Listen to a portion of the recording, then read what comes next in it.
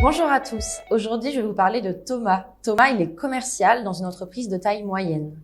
Dans le cadre de ses fonctions, il est amené à se déplacer très régulièrement sur une zone géographique assez vaste, allant de Bordeaux à Nantes. Et pour qu'il puisse mener à bien ses missions, son employeur lui met à disposition un véhicule de fonction.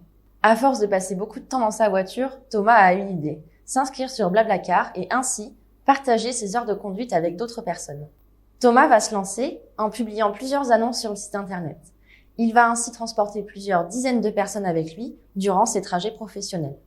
Résultat, Thomas encaisse une somme d'argent significative. Oui, mais voilà. L'employeur de Thomas va tomber sur une des annonces postées et va considérer que c'est une faute d'utiliser le véhicule de la société pour réaliser des opérations lucratives. L'employeur décide alors de licencier Thomas et Thomas va contester cette décision auprès des prud'hommes.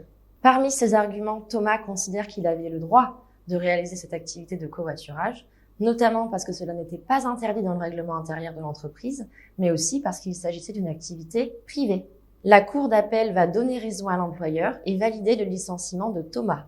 En effet, le juge a tout d'abord relevé que le fait d'utiliser un véhicule fourni par l'entreprise ne permettait pas à Thomas d'invoquer le caractère privé de cette activité. Ensuite, le juge a souligné que les conditions générales de vente de Blablacar interdisent explicitement la réalisation de bénéfices par le conducteur.